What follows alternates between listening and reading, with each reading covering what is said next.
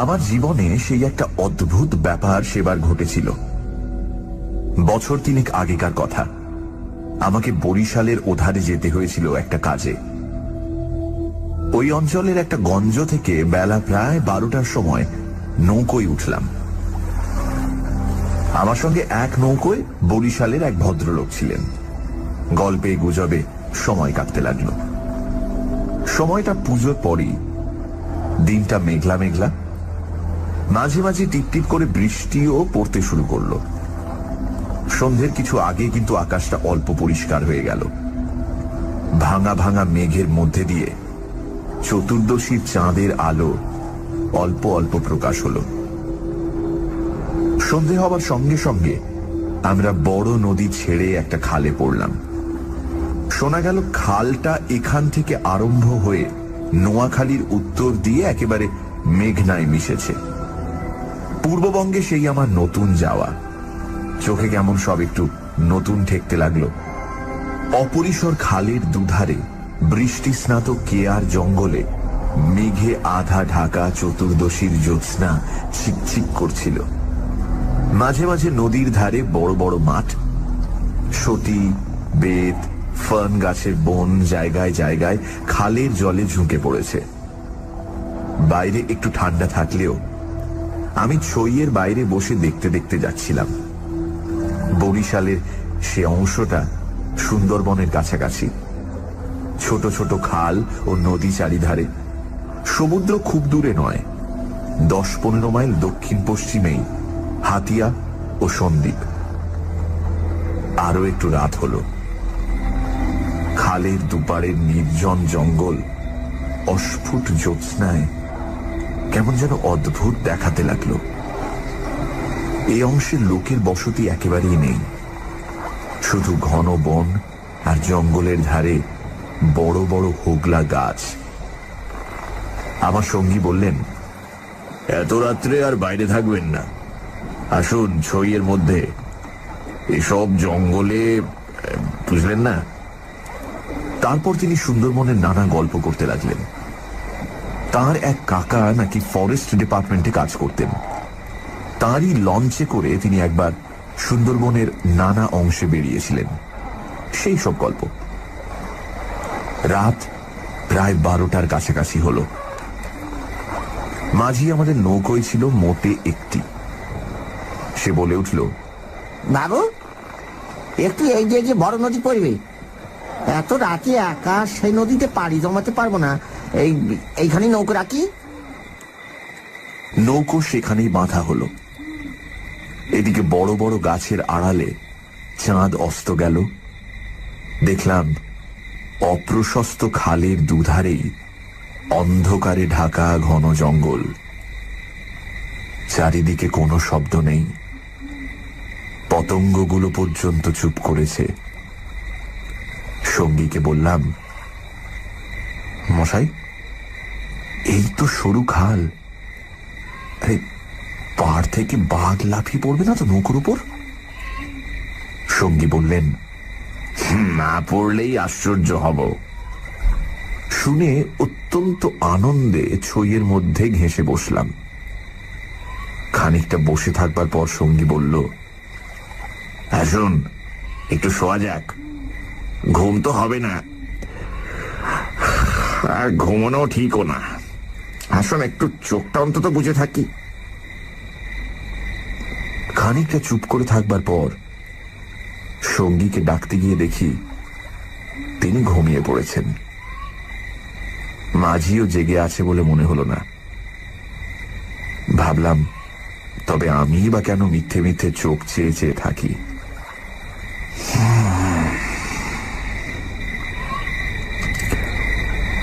তারপর যা ঘটল সেটি আমার জীবনের এক অদ্ভুত অভিজ্ঞতা।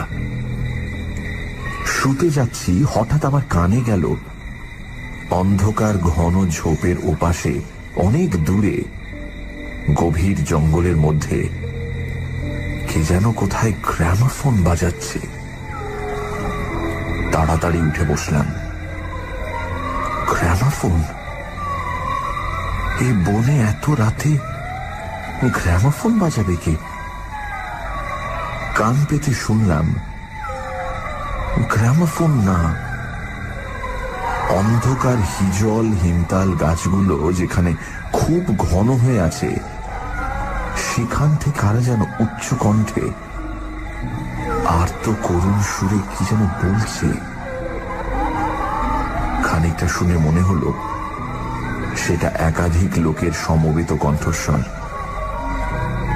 প্রতিবেশীর তেতলার ছাদে গ্রামোফোন বাজলে যেমন খানিকটা স্পষ্ট খানিকটা অস্পষ্ট অথচ বেশ একটা একটানা সুরের ঢেউ এসে কানে পৌঁছয়, এও অনেকটা সেইভাবে। মনে হলো যেন কতকগুলো অস্পষ্ট বাংলা ভাষার শব্দ কানে গেল, কিন্তু ধরতে পারা গেল না কথাগুলো কি। শব্দটা মাত্র মিনিট খানিক স্থায়ী হলো, তারপরই অন্ধকার বনভূমি যেমন নিস্তব্ধ ছিল আবার তেমনি নিস্তব্ধ হয়ে গেল। তাড়াতাড়ি ছইয়ের বাইরে এলাম। চারিপাশের অন্ধকার ঝিঙের বিচির মতন কালো, বনভূমি নীরব, শুধু নৌকোর তলায় ভাটার জল কলকল করে বাঁধছে, আর শেষ রাতের বাতাসে জলের ধারে কেয়া ঝোপে এক ধরনের অস্পষ্ট শব্দ হচ্ছে। পাড় থেকে দূরে হিজল গাছের কালো গুঁড়িগুলোর অন্ধকারে এক অদ্ভুত চেহারা হয়েছে।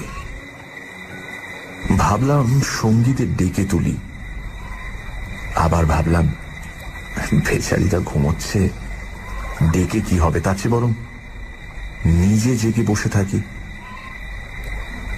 দাঁড়িয়ে দাঁড়িয়ে একটা সিগারেট ধরালাম, তারপর আবার ছইয়ের মধ্যে ঢুকতে যাব এমন সময় সেই অন্ধকারে ঢাকা বিশাল বনভূমির কোন অংশ থেকে সুস্পষ্ট উচ্চ আর্ত করুণ কণ্ঠের মতো তীক্ষ্ণ স্বর তীরের মতন জমাট অন্ধকারের বুক চিরে আকাশে উঠল। তোমরা কারা যাচ্ছ? আমরা শ্বাসবদ্ধ হয়ে পড়লাম, আমাদের নৌকোর মাঝিটা ধর্মর করে জেগে উঠল। আমি সঙ্গীকে ডাকলাম, মশাই, ও মশাই, উঠুন উঠুন, আরে উঠুন। মাঝি আমার কাছে ঘেঁষে এলো, ভয়ে তার গলার স্বর কাঁপছিল। বললে, আল্লাহ আল্লাহ, শুনতে পেয়েছেন বাবু? শুনতে পেয়েছেন আপনি? সঙ্গী উঠে জিজ্ঞাসা করলো, কি মশাই, ডাকলেন কেন? কোন জানোয়ার টানোয়ার নাকি? আমি ব্যাপারটা বললাম। তিনিও তাড়াতাড়ি ছইয়ের বাইরে এলেন। তিনজনে মিলে কান খাড়া করে রইলুম। চারিদিক আবার চুপ। ভাটার জল নৌকোর তলায় বেঁধে আগের চেয়েও জোরে শব্দ হচ্ছিল।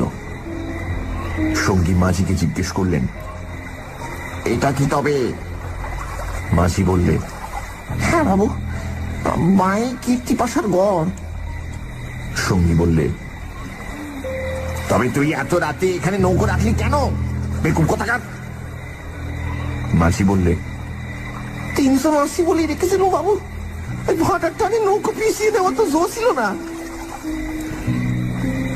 কথাবার্তার ধরন শুনে সঙ্গীকে বললাম, কি মশাই, কি ব্যাপার? আপনি কিছু জানেন নাকি? ভয় যত না হোক, বিস্ময়ে আমরা কেমন হয়ে গিয়েছিলাম।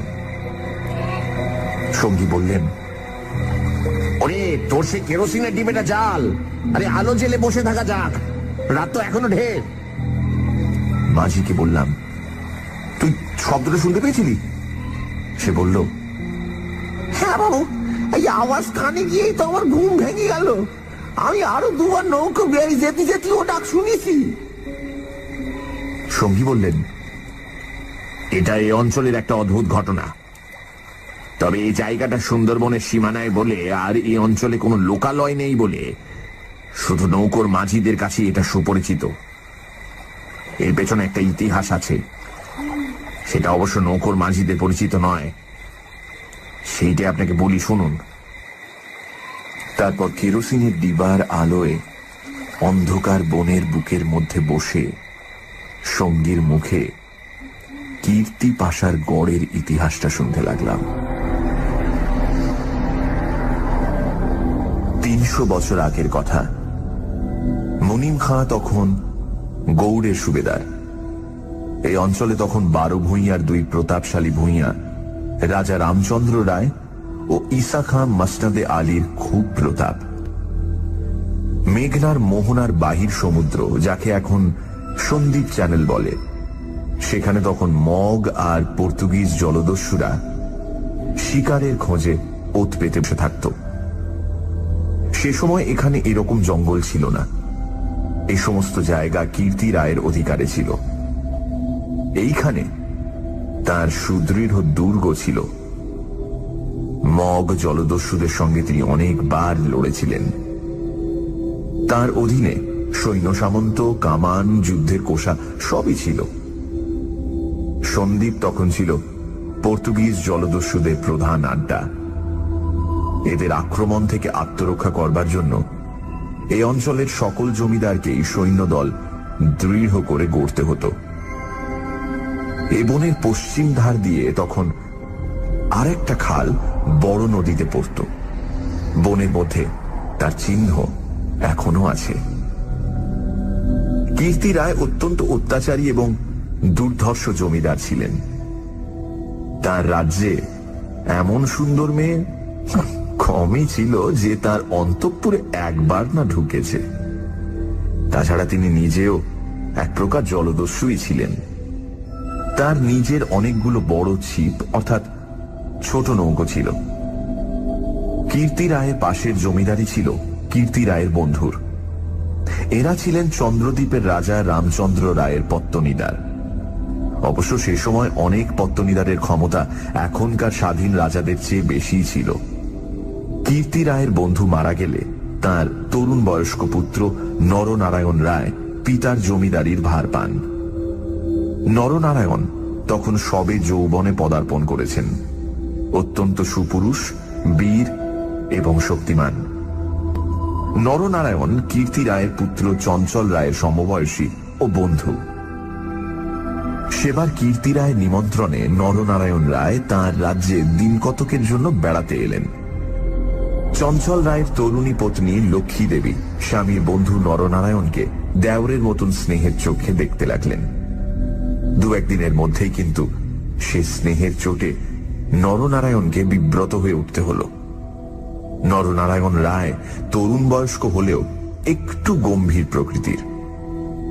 বিদ্যুৎ চঞ্চলা তরুণী বন্ধু পত্নীর ব্যঙ্গ পরিহাসে গম্ভীর প্রকৃতি নরনারায়ণের মান বাঁচিয়ে চলা দুষ্কর হয়ে পড়ল। স্নান করে উঠেছেন, মাথার পাগড়ি খুঁজে পাওয়া যায় না।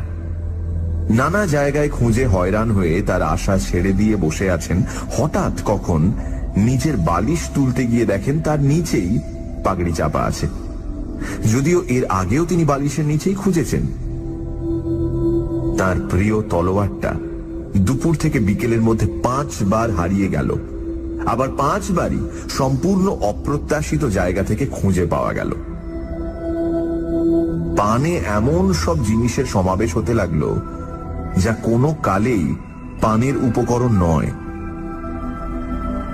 বন্ধু পত্নীর সঙ্গে কিছুতেই এঁটে উঠতে না পেরে অত্যাচার জর্জরিত নরনারায়ণ রায় ঠিক করলেন তার বন্ধুর স্ত্রীটি একটু ছিটগ্রস্ত।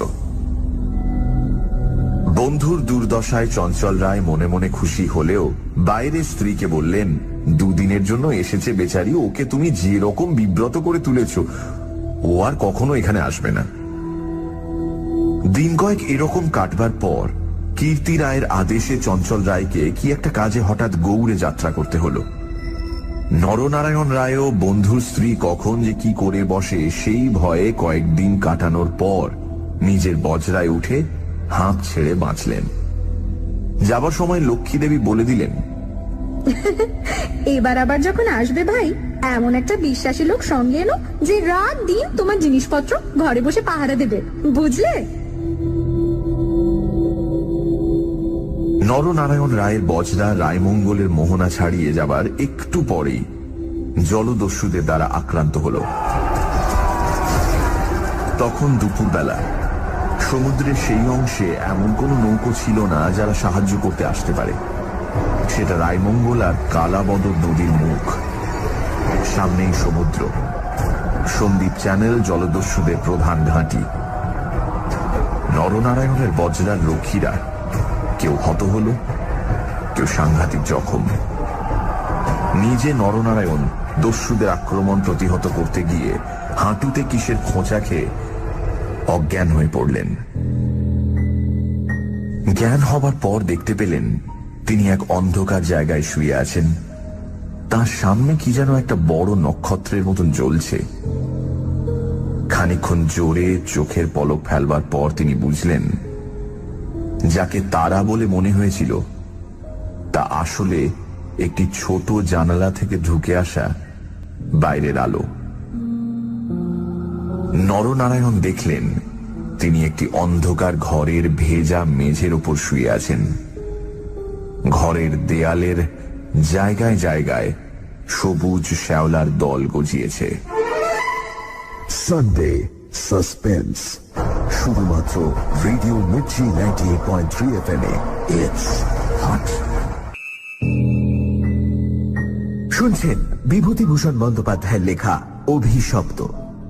গল্পের কথক সুন্দরবনের এক অঞ্চলে কাজে এসেছেন নৌকায় করে।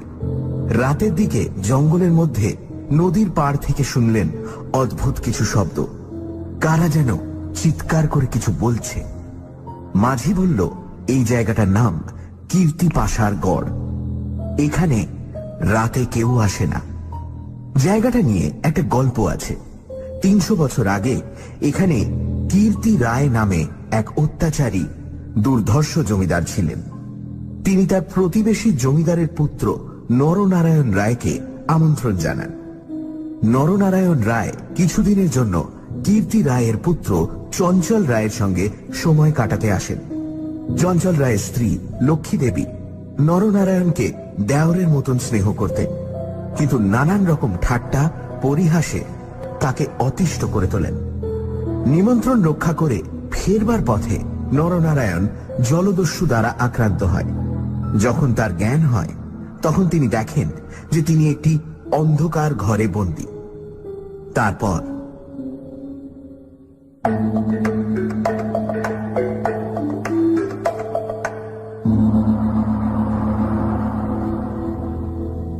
আরো কদিন, আরো কটা রাত কেটে গেল। কেউ তার জন্য কোনো খাবার আনলো না। তিনি বুঝলেন যারা তাকে এখানে এনেছে তাকে না খেতে দিয়ে মেরে ফেলাই তাদের উদ্দেশ্য। মৃত্যু, সামনে নির্মম মৃত্যু। সেদিনটাও কেটে গেল। আঘাতজনিত ব্যথায় এবং ক্ষুধা তৃষ্ণায় অবসন্ন নরনারায়ণের চোখের সামনে থেকে জানালার শেষ আলোটাও মিলিয়ে গেল। তিনি অন্ধকার ঘরের পাথরের মেঝেতে শুয়ে অধীরভাবে মৃত্যুর অপেক্ষা করতে লাগলেন। অনেকক্ষণ পরে, কতক্ষণ পরে তা তিনি বুঝতে পারলেন না, হঠাৎ আলো চোখে লেগে তার তন্দ্রা ঘোর কেটে গেল। বিস্মিত নরনারায়ণ চোখ মেলে দেখলেন তার সামনে প্রদীপ হাতে দাঁড়িয়ে তার বন্ধুর স্ত্রী লক্ষ্মী দেবী। কথা বলতে গিয়ে লক্ষ্মী দেবীর ইঙ্গিতে নরনারায়ণ থেমে গেলেন। লক্ষ্মী দেবী হাতের প্রদীপটি আঁচল দিয়ে ঢেকে নরনারায়ণকে তার অনুসরণ করতে ইঙ্গিত করলেন। একবার নরনারায়ণের সন্দেহ হল এসব স্বপ্ন নয়তো, কিন্তু ওই যে দীপশিখার উজ্জ্বল আলোয় ভিজে দেয়ালে সবুজ শ্যাওলার দল স্পষ্ট দেখা যাচ্ছে। নরনারায়ণ শক্তিমান যুবক, ক্ষুধায় দুর্বল হয়ে পড়লেও নিশ্চিত মৃত্যুর গ্রাস থেকে বাঁচবার উৎসাহে তিনি দ্রুত পায়ে বন্ধুপত্নীর পেছন পেছন চললেন। একটা বাঁকা পাথরের সিঁড়ি দিয়ে উপরে উঠে একটি দীর্ঘ সুড়ঙ্গ পার হবার পর তিনি দেখলেন যে তারা কীর্তি রায়ের প্রাসাদের সামনের খাল ধারে এসে পৌঁছেছেন। লক্ষ্মী দেবী একটা ছোট বেতে বোনা থলি বার করে তার হাতে দিয়ে বললেন, এতে খাবার আছে, এখানে খেও না। তুমি সাঁতার জানো, খাল পার হয়ে ওপারে গিয়ে কিছু খেয়ে নাও, তারপর যত শিগগির পারো পালিয়ে যাও। ব্যাপারটা কি নরনারায়ণ রায় একটু একটু করে বুঝলেন। তার বিস্তৃত জমিদারি কীর্তি রায়ের জমিদারির পাশেই, এবং তার অবর্তমানে কীর্তি রায় ভবিষ্যৎ জমিদার। অত বড় বিস্তৃত ভূসম্পত্তি সৈন্য সামন্ত কীর্তি রায়ের হাতে এলে তিনি কি আর কিছু গ্রাহ্য করবেন? প্রদীপের আলোয় নরনারায়ণ দেখলেন তার বন্ধুপত্নীর মুখে সে চটুল হাসি রেখার চিহ্ন নেই। তার মুখখানি সহানুভূতিতে ভরা মাতৃমুখের মতন স্নেহ কোমল হয়ে এসেছে। তাদের চারপাশে গাঢ় অন্ধকার, মাথার উপর আকাশের বুক চিরে দিগন্ত বিস্তৃত উজ্জ্বল ছায়াপথ, কাছেই খালের জল জোর ভাটার টানে তীরের হোগলা গাছ দুলিয়ে কলকল শব্দে বড় নদীর দিকে ছুটেছে। নরনারায়ণ আবেগপূর্ণ সুরে জিজ্ঞাসা করলেন, বউ ঠাকুরুন, চঞ্চল কি এর মধ্যে আছে? লক্ষ্মীদেবী বললেন, না ভাই, তিনি কিছু জানেন না। এই সব শ্বশুর ঠাকুরের কীর্তি। এই জন্যই তাকে অন্য জায়গায় পাঠিয়েছেন। এখন আমার মনে হচ্ছে গৌটো সব মিথ্যে। নরনারায়ণ দেখলেন লজ্জায় দুঃখে তার বন্ধুপত্নীর মুখ বিবর্ণ হয়ে উঠেছে। লক্ষ্মীদেবী আবার বললেন, আমি আজ জানতে পারি খিড়কিগড়ের পাইক সর্দার আমার মা বলে। তাকে দিয়ে দুপুররাতে পাহারা সব সরিয়ে রেখে দিয়েছিলাম, তাই। নরনারায়ণ বললেন, বউ ঠাকুরুন, আমার এক বোন ছেলেবেলায় মারা গিয়েছিল। তুমি আমার সেই বোন, আজ আবার ফিরে এলে। লক্ষ্মীদেবীর পদ্মের মতো মুখখানি চোখের জলে ভেসে গেল। একটু ইতস্তত করে বললেন, ভাই, বলতে সাহস পাই না, তবু একটা কথা বলছি, বোন বলে যদি রাখো। নরনারায়ণ জিজ্ঞাসা করলেন, কি কথা বউ ঠাকুরুন? লক্ষ্মীদেবী বললেন, তুমি আমার কাছে বলে যাও ভাই যে শ্বশুর ঠাকুরের কোনো অনিষ্ট চিন্তা তুমি করবে না। নরনারায়ণ রায় একটুখানি কি যেন ভাবলেন, তারপর বললেন, তুমি আমার প্রাণ দিলে বউ ঠাকুরুন, তোমার কাছে বলে যাচ্ছি, তুমি বেঁচে থাকতে আমি তোমার শ্বশুরের কোনো অনিষ্ট চিন্তা করব না। বিদায় নিতে গিয়ে নরনারায়ণ একবার জিজ্ঞাসা করলেন, বউ ঠাকুরুন, তুমি ফিরে যেতে পারবে তো? লক্ষ্মীদেবী বললেন, আমি ঠিক যাব, তুমি কিন্তু যত দূর পারো সাঁতরে গিয়ে তারপর ডাঙায় উঠে চলে যেও। নরনারায়ণ রায় সেই ঘন কৃষ্ণ অন্ধকারের মধ্যে নিঃশব্দে খালের জলে পড়ে মিলিয়ে গেলেন। লক্ষ্মীদেবীর প্রদীপটা অনেকক্ষণ বাতাসে নিভে গিয়েছিল। তিনি অন্ধকারের মধ্যে দিয়ে শ্বশুরের গড়ের দিকে ফিরলেন। একটু দূরে গিয়েই তিনি দেখতে পেলেন পাশের ছোট খালটায় দুখানা ছিপ মশালের আলোয় সজ্জিত হচ্ছে। ভয়ে তার বুকের রক্ত জমে গেল। সর্বনাশ! এরা কি তবে জানতে পেরেছে? দ্রুত পায়ে অগ্রসর হয়ে গুপ্ত সুড়ঙ্গের মুখে এসে তিনি দেখলেন সুড়ঙ্গের পথ খোলাই আছে। তিনি তাড়াতাড়ি সুড়ঙ্গের মধ্যে ঢুকে পড়লেন। কীর্তি রায় বুঝতেন নিজের হাতের আঙুলও যদি বিষাক্ত হয়ে ওঠে তো তাকে কেটে ফেলাই সমস্ত শরীরের পক্ষে মঙ্গল। পরদিন আবার দিনের আলো ফুটে উঠল, কিন্তু লক্ষ্মী দেবীকে আর কোনোদিন কেউ দেখেনি। রাতের হিংস্র অন্ধকার তাকে গ্রাস করে ফেলেছিল।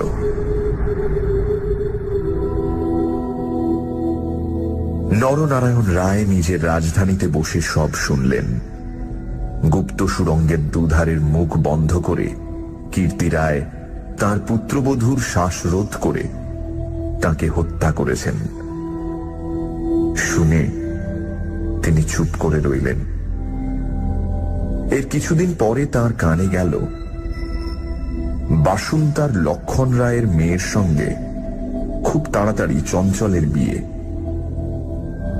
সেদিন রাতে চাঁদ ওঠার পর নিজের প্রাসাদের ছাদে বেড়াতে বেড়াতে চারিদিকের শুভ্র সুন্দর আলোর সাগরের দিকে দৃষ্টিপাত করে দৃঢ় চিত্ত নরনারায়ণ রায়েরও চোখের পাতা যেন ভিজে উঠল।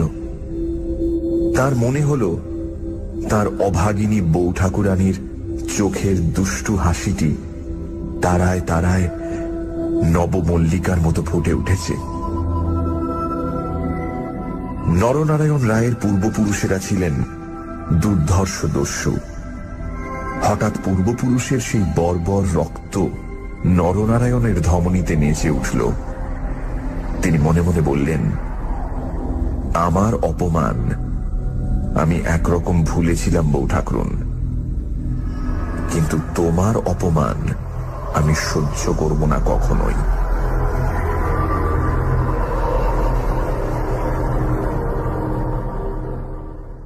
কিছুদিন কেটে গেল। তারপর একদিন এক শীতের ভোর রাতের কুয়াশা কেটে যাওয়ার সঙ্গে সঙ্গে দেখা গেল কীর্তি রায়ের গড়ের খালের মুখ ছিপে সুলুপে জাহাজে ভরে গিয়েছে। তোপের আওয়াজে কীর্তি রায়ের প্রাসাদ দুর্গের ভিত ঘন ঘন কেঁপে উঠতে লাগলো। কীর্তি রায় শুনলেন আক্রমণকারী নরনারায়ণ রায়, সঙ্গে দুরন্ত পর্তুগিজ জলদস্যু সেবাস্টিও গঞ্জালেস। উভয়ের সম্মিলিত বহরের 40খানা কোষা খালের মুখে চড়াও হয়েছে। পুরো বহরের বাকি অংশ বাইরের নদীতে দাঁড়িয়ে। এই আক্রমণের জন্য কীর্তি রায় আগে থেকে প্রস্তুত ছিলেন। কেবল প্রস্তুত ছিলেন না, নরনারায়ণের সঙ্গে গঞ্জালেসের যোগদানের জন্য। এই কীর্তি রায়ের কাছে সম্পূর্ণ অপ্রত্যাশিত ঘটনা। তাহলেও কীর্তি রায়ের গড় থেকেও তোপ চলল। গঞ্জালেস সুদক্ষ নৌবীর। তার পরিচালনে 10খানা সুলুপ চড়া ঘুরে গড়ের পাশের ছোট খালে ঢুকতে গিয়ে কীর্তি রায়ের নৌবাহিনীর এক অংশ দ্বারা বাধা প্রাপ্ত হল।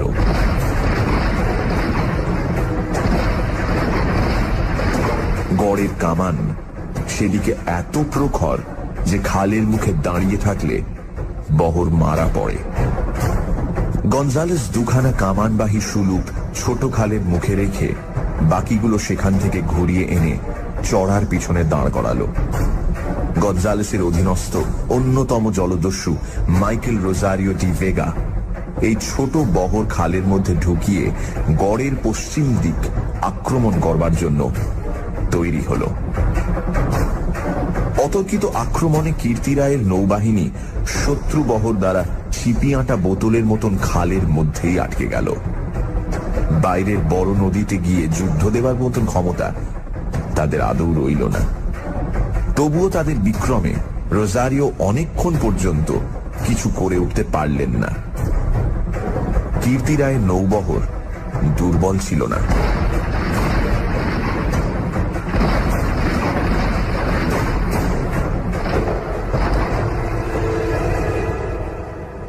বিকেলের দিকে রোজারিওর কামানের মুখে গড়ের পশ্চিম দিকটা একেবারে হুমড়ি খেয়ে পড়ে গেল।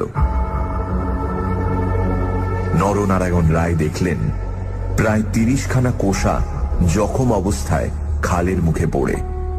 কীর্তি রায়ের গড়ের কামানগুলো সব চুপ। নদীর দুপাড় ঘিরে সন্ধে নেমে আসছে। উপরে নিস্তব্ধ নীল আকাশে কেবলমাত্র এক ঝাঁক শকুনি কীর্তি রায়ের গড়ের উপর চক্রাকারে ঘুরছে। হঠাৎ নরনারায়ণ রায়ের চোখের সামনে বন্ধু পত্নীর কাতর মিনতিপূর্ণ সেই চোখ দুটি মনে পড়ল। তীব্র অনুশোচনায় তার মন তখনই ভরে উঠল। তিনি করেছেন কি? এই রকম করে কি তিনি তার স্নেহময়ী প্রাণদাত্রীর শেষ অনুরোধ রাখতে এসেছেন? নরনারায়ণ রায় হুকুম জারি করলেন, কীর্তি রায়ের পরিবারের এক প্রাণীরও যেন প্রাণহানি না হয়। একটু পরেই সংবাদ এলো গড়ের মধ্যে কেউ নেই। নরনারায়ণ রায় বিস্মিত হলেন। তিনি তক্ষুনি নিজে গড়ের মধ্যে ঢুকলেন। তিনি এবং গঞ্জালেস গড়ের সমস্ত অংশ তন্ন তন্ন করে খুঁজলেন। দেখলেন সত্যি কেউ নেই। পর্তুগিজ বহরের লোকেরা গড়ের মধ্যে লুটপাট করতে গিয়ে দেখলেন মূল্যবান জিনিসপত্র বড় কিছু নেই। পরদিন দ্বীপ্রহর পর্যন্ত লুটপাট চলল। কীর্তি রায়ের পরিবারের একটি প্রাণীরও সন্ধান পাওয়া গেল না। দুপুরে কেবলমাত্র দুখানা সুলুক খালের মুখে পাহারা রেখে নরনারায়ণ রায় ফিরে চলে গেলেন। এই ঘটনার দিন কয়েক পরে পর্তুগিজ জলদস্যুর দল লুটপাট করে চলে গেলে কীর্তি রায়ের এক কর্মচারী গড়ের মধ্যে প্রবেশ করে। আক্রমণের দিন সকালেই এই লোকটি গড় থেকে আরো অনেকের সঙ্গে পালিয়েছিল।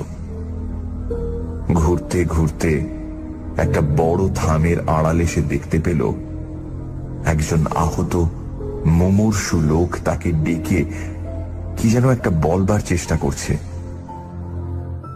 কাছে গিয়ে সে লোকটাকে চিনতে পারল। লোকটি কীর্তি রায়ের পরিবারের এক বিশ্বস্ত পুরনো কর্মচারী। তার মৃত্যুকালীন অস্পষ্ট কথায় আগন্তুক কর্মচারীটি মোটামুটি যা বুঝল তাতেই তার কপাল ঘেমে উঠল। সে বুঝল কীর্তি রায় তার পরিবারবর্গ এবং ধনরত্ন নিয়ে মাটির নিচের এক গুপ্ত স্থানে আশ্রয় নিয়েছেন এবং এই লোকটি, একমাত্র এই লোকটি তার সন্ধান জানে।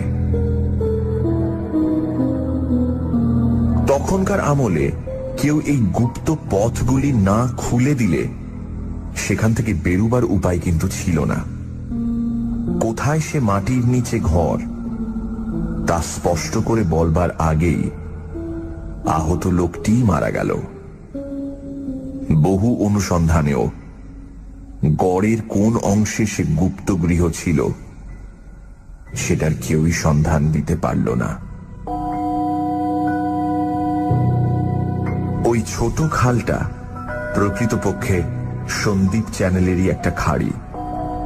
খাড়ির ধার থেকে একটুখানি গেলে গভীর অরণ্যের ভেতর কীর্তি রায়ের গড়ের বিশাল ধ্বংসস্তূপ এখনো বর্তমান আছে, দেখা যাবে। বহুদিন থেকেই এখানে একটা অদ্ভুত ব্যাপার ঘটে থাকে। দুপুর রাতে গভীর বনভূমি যখন নীরব হয়ে যায়, হিমতাল হিজল গাছের কালো গুঁড়িগুলো অন্ধকারে যখন বনের মধ্যে প্রেতের মতো দাঁড়িয়ে থাকে, সন্দীপ চ্যানেলের জোয়ারের ঢেউয়ে লোনা জল খাড়ির মুখে জোনাকির মতন জ্বলতে থাকে, তখন খাল দিয়ে নৌকো বেয়ে যেতে যেতে মোম মধু সংগ্রাহকেরা কতবার সে শুনেছে অন্ধকার বনের এক গভীর অংশ থেকে কারা যেন আর্তস্বরে চিৎকার করছে,